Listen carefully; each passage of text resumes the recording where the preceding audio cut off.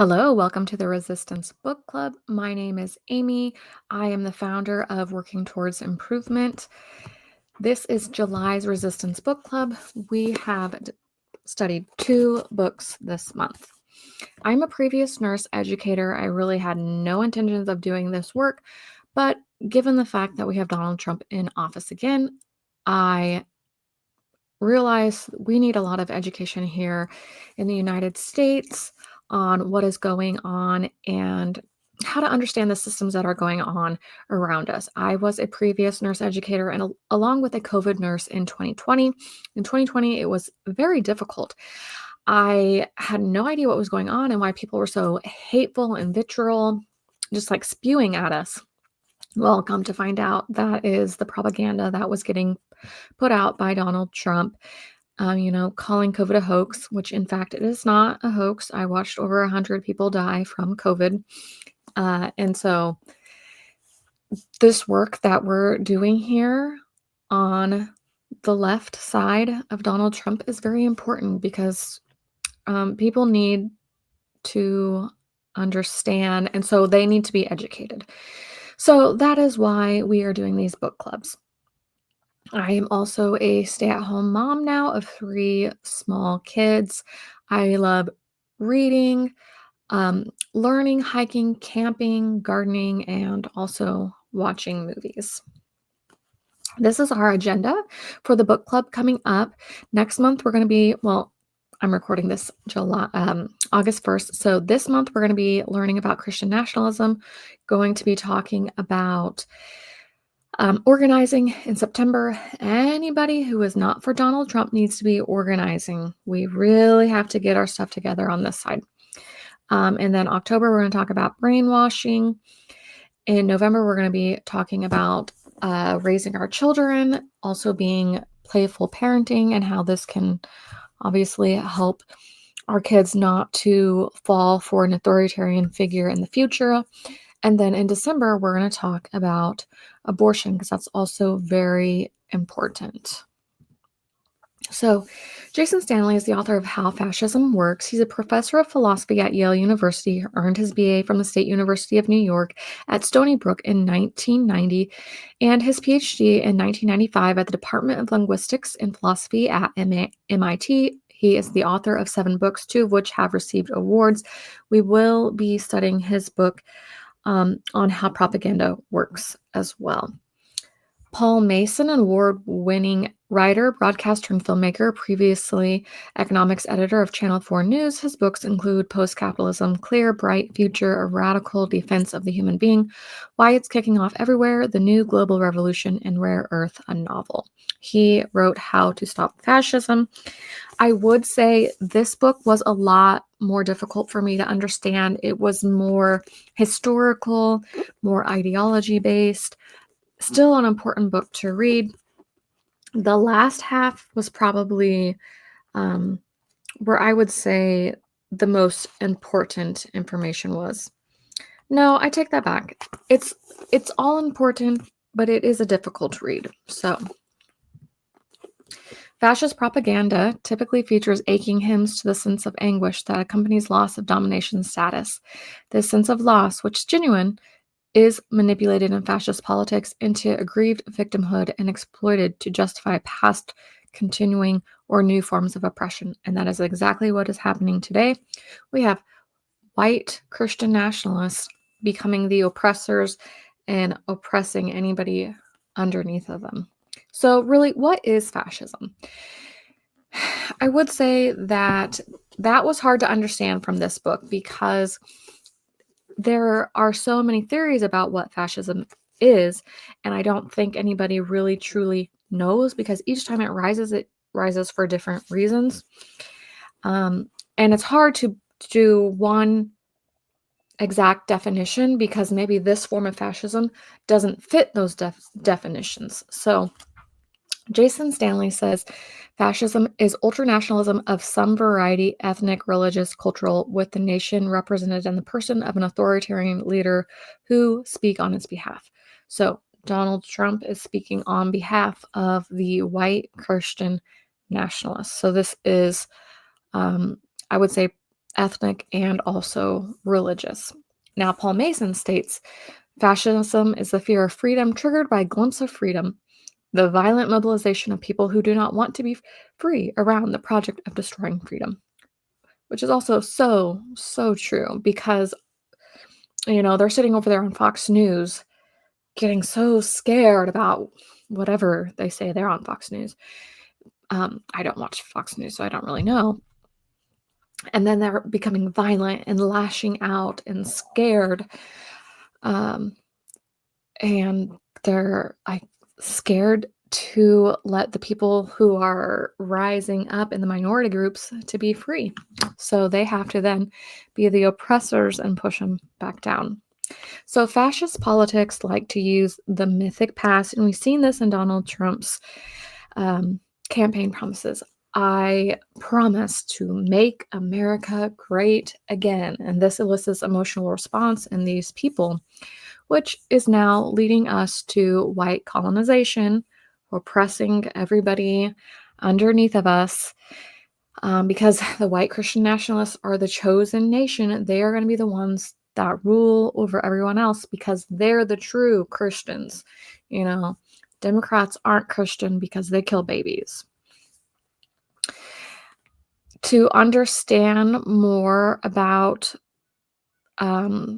what's going on as far as the Heritage Foundation taking over the government and creating a Catholic theocracy, go ahead and read Opus by Gareth Gore.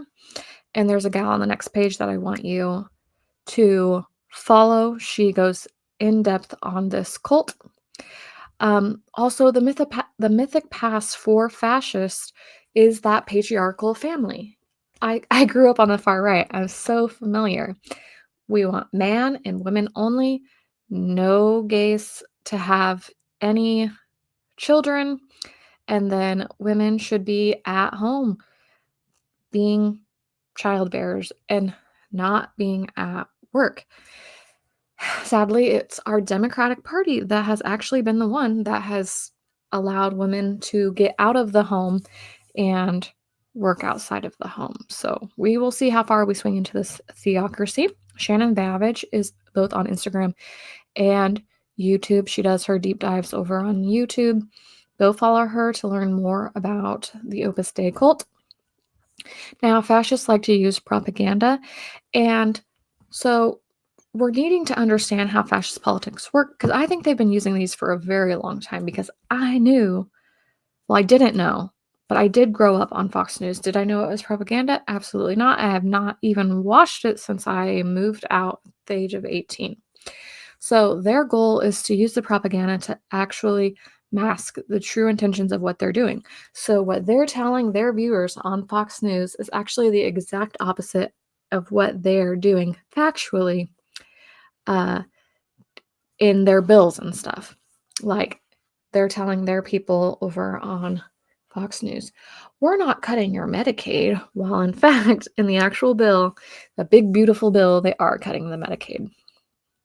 And so when those people are viewing Fox News, this is obviously getting them to vote against their best interests, voting against their best interest.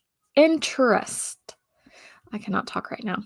And then, of course, Donald Trump has claimed that he's draining the swamp, while in fact he's not draining the swamp. He's such a criminal, and then he is placing his loyalists in those spots. And people of the chosen nation just turn a blind eye to this corruption because obviously they are the chosen ones. I have no idea how it's working in their head. And like I said, they are wanting to re-Christianize the United States. So they are on a path, and that is why they elected Trump. So unfortunately, when Trump dismantles or drains the swamp, he's dismantling systems that keep him in check. So right now, I don't even think we have any checks and balances. I think the courts are still holding up, but for the most part, it's been a lot of us pushing back at them to keep them from dismantling completely everything and getting people to come back out of being captured, people who should not have been taken by ICE. And sadly, democracies allow for free speech. So, of course, this allows for a demagogue to get in here when not enough people are paying attention. And also, fascists love to elevate the irrational thinking. So, everything that they see on Fox News is just to scare them, and lies, lies, lies, lies. And so that's why we're going to study the brainwashing of my dad and how propaganda works in 2 months, I think it was, because it's not actually journalism on that station. It's all entertainment, not based in facts, fear-driven. They were actually sued in 2020 because they were lying about the stolen 2020 elections. So those people here who say they're Republican are only watching Fox News, and I know this because I grew up there. And it might have been a cult since I've been alive and grew up. But they would never, I don't think my parents will ever wake up because they refuse to be a Democrat because of the pro-life cult. And so they put themselves on that echo chamber and they will not get off of it. But actually, it's a whole bunch of misinformation and a whole bunch of dark money has been spewed into the far right echo chamber. And also their algorithms now give them this information because that's what they want to see.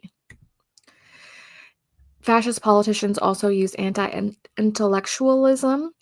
They love to discredit education and expertise. We've seen this happen with the COVID-19 pandemic. There was so much hate and vitriol towards the people who knew what was going on, and it was very, what's the word? I can't think of the word right now, but it was crazy going into work, watching a whole bunch of people die, while then coming back out of work and people just hating on you and believing you're a liar. Dystopian, that's the word. It was so dystopian. Fascist politicians also like to attack public schools to discredit them and calling them woke because what they want is their chosen nation agenda in the school, and so that there's only one viewpoint. And discrediting institutions, claiming that Fox News is the one true news source. And so we're attacked public media, attacking colleges. Sadly, public media is defunded. I misspelled that on there. And also with colleges, they have been attacked saying they are woke, when really it's just about exposing people to other viewpoints. And they're also attack gender studies because what do we know about fascists? They want one man and one woman relationships. Fascist politicians also love that myths are studied as facts. Oklahoma wants to put in their education that the 2020 election was stolen. Just yesterday, I think it was, the Smithsonian is now removing the information about Donald Trump being impeached. So we're probably going to see this more and more because the chosen nation is going to try to twist the facts to change the narrative of the future. And fascist politicians love an unreality. They use this propaganda to create this different reality for these people. And it scares them, whatever they're saying there on Fox News, and it makes them really, really angry. And I'm not even sure if they know why. They're just angry. Something to do with that propaganda is making them angry. And over there, Trump is lying, twisting the facts, basically preying on all these people. And then this replaces truth with he is just powering over them. And they love conspiracy theories. Conspiracy theories about what we have right now. Epstein, where it's only the Democrats. There's probably some other ones. I don't look into those too much, but this reshapes their reality of what's actually factual. And this also creates a fear. And then also, like I said, fascist politicians say, I'm the only one who's telling the truth. I'm the only one who's telling the truth. And so then they're only listening to one perspective, Fox News, which is actually propaganda, creates that false reality. Fascists love hierarchies. They exploit these hierarchies for power and dominance. They want men over the women. We see this a lot in the far right religious communities where men do have a lot of control over women. We're also seeing they want the white dominance over everybody else, people of color. And these hierarchies are normally pushed by religions. They fear this democracy because we want to create an equality for all, where they just want a very narrow idea of who gets the power. And because democracy then pollutes their true nation, their true feeling of what they want the United States to look like. So obviously, they are not wanting people of color, no immigrants, and they also feel like they're the victims because they're no longer that dominant group. We have the minority groups that are rising in population, and so they will eventually end up being the minority group themselves. This creates a victimhood that the dominant group then feels like they're being threatened by the minority groups because there is going to be a majority minority shift, and the dominant group does not want to share power, resources, or citizenship with those minority groups. So the fascist politicians end up exploiting those fears of that majority group. And the fascist politicians always have to have a minority group to attack. We have seen this with Donald Trump. He's always attacking different groups and blaming other people, other groups for the reasons everything is going on. And this collective victimhood by the majority group then creates this nationalistic movement, which is the core of fascism. So right now we have white Christian nationalism. As far as law and order related to fascist politics, is that the fascist politicians claim that they are going to reset the law and order, which to them, in their mind, is that they are the dominant group, and us and them. So it's us white people and then everybody else. And who doesn't, and they do not fit the narrative of who we want controlling our nation. You know, no homosexuals, no immigrants, only white people, no people of color. We want everyone to fit this traditional way of thinking. The most Catholic religious thing you can think of. Very narrow-minded thinking. And so this creates dehumanization of these other groups of people, and that is why we are seeing ICE raids that are rounding up legal right immigrants that are here and also putting them into concentration camps. They have been dehumanized for so long. We also know that fascists have sexual anxiety, which from the book How to Stop Fascism talks about this, that they most likely have repressed childhood sexuality. And I completely understand, because if you've ever grown up on the far right, you don't talk about sex, you don't have sex before marriage, you're basically supposed to tamp down on anything sexual, no sexual thoughts, no masturbation. You don't even discuss it. So this creates fears around homophobia and transphobia, creating and making them seem as predators or threats to women's real identities. It's just a very narrow way of thinking, sadly. They lack education around all of these things. And then also with equality of women working outside the home and being some of them being breadwinners, this attacks their idea of a traditional household where the men are, in fact, the breadwinners. Sodom and Gomorrah. I definitely remember this from my childhood. Of course, fascist politicians love to appeal to the rural voter, claiming that the city is so corrupt. We've got gays in the city, homosexuals in the city. They're just so lazy. They don't work. They want to live off to government. Medicaid recipients aren't working, which, in fact, factually, most of them are working, or children. And obviously, children can't work. And so the rural population is seen as the pure nation. We're the hardworking ones. We're self-sufficient. We don't live off of the government. And also Sodom and Gomorrah, as far as the biblical theology aspect of that, is misrepresented because I'm not sure if it's Christian nationalism that believes in that narrow viewpoint. We'll see if that's mentioned in next month's readings.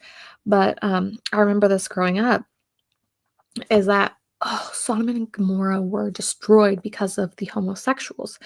But as I researched it more, because of this book, it's actually those cities were destroyed because the general evil of the people who are living in there. Arrogance, pride, failure to help the needy, which is the real reasons it was destroyed, not the homosexuality, which is kind of crazy. Seems like the same thing that's going on now, because those chosen nation is taking all the tax money from the poor, not feeding children anymore. SNAP benefits are taking away. So it's kind of interesting that they claim that they are the Christian people because they're not homosexuals, when in fact they're stealing from the poor. Arbeit macht free. I don't know if I said that right. But work shall make you free. This is the word that they had on the work camps in Germany, because fascists claim anybody but them are lazy. They are not hardworking. So we'll probably see this where Medicaid's taken away from people and you have to work in order to get your Medicaid benefits, which I think is tried in one of the states and didn't work. Fascists believe everyone should be self-sufficient, and that's just not reality. You know, minorities are being painted as freeloaders. Immigrants are painted as freeloaders, but they're very, very hardworking in jobs that even most Americans would not work. And so this dehumanizes those populations, then creating inhumane treatment of them. We're seeing that with the immigrants. We will see what happens with the people who get taken off of their Medicaid. And of course, certain policies that are being put in place will then further enhance those stereotypes that they claim. And then they'll say, see, we told you. And there's information about there already, because of the policies that have been put in place, that there's already a school to prison pipeline by Black citizens. And because of poverty. It's because of poverty and the policies that are getting put into place. And then this chosen nation, this white group of people, then have these racist stereotypes that are like, see, I know this is real now because I see it. They are this way, but it's really the policies being put in place. And also they like to claim that Democrats are lazy because they want to live off of the government, live off of the government. So those who do not work do not get to receive the goods and resources of the society, which is not at all how it should be. We don't need to be giving our tax breaks to the 1% when we could easily redistribute the taxes and have so many goods and services for everybody. So there are 5 stages of fascism. 1, the creation of the movement. 2, entry into the political party. 3, the ascent to power. 4, the regime. And then 5, finally at the point at which they either radicalize while in power towards war and genocide or collapse in the direction of a normal dictatorship. So we are currently in step 4, I would say. We'll have to see where step 5 goes. The creation of the movement was probably way back when, before 2016, came into the Republican Party exploiting them, and then, of course, coming into power 2 times, this time much worse this time. So we are the resistance. We are trying to falsify the inner logic of the myth they are trying to create and to disrupt their attempt to tell the story. So they're in this unreality space of wanting to be all powerful over all of the minority groups. So we have to keep resisting so what they're imagining doesn't actually come true. What do they want? They want violence. That is so true. We've already seen violence. They want this ethnic supremacy, white supremacy happening. We have white supremacists who have elected Donald Trump to fulfill their desires. They also want this violent rebirth of patriarchy. Men over women. Men get to say what women do. So from here on out, we have to have an anti-fascist ethos so that fascism does not rise again in the future. So, how to stop fascism talked about this. We know fascists have sexual anxiety, so we need to be talking to our kids and educating them about their sexual and reproductive health, birth control, condoms. I put condoms on there twice, but also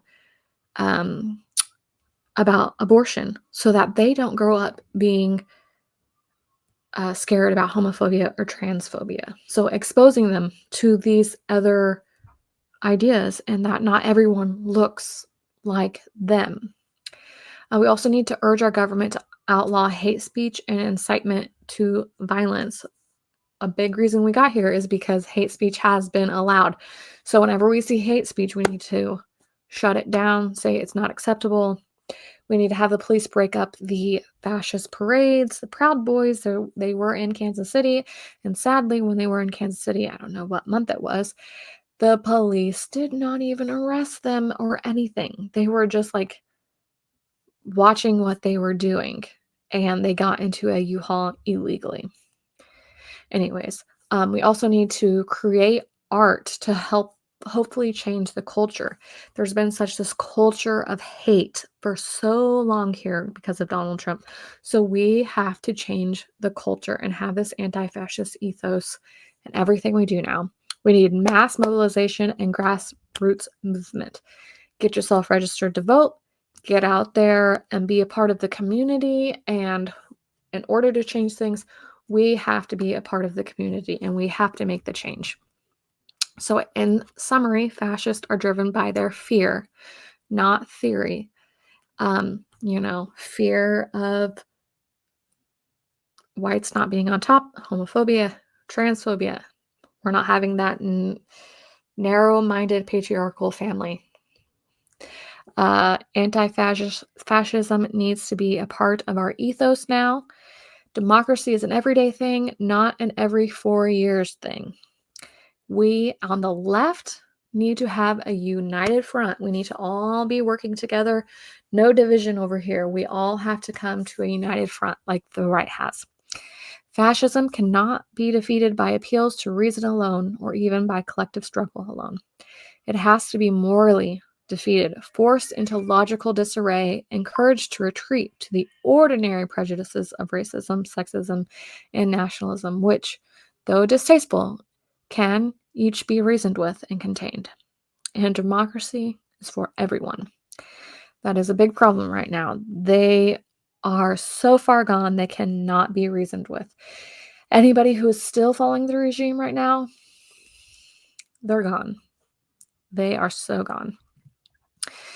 So it remains for us to join that struggle, realizing that it's not to overcome a moment, but rather to make a permanent democratic commitment. So We have to be in it for the long game. We're going to have to learn how to take care of ourselves while still fighting for our democracy because we're going to be here fighting for a while. This is a long game, sadly. This is a marathon.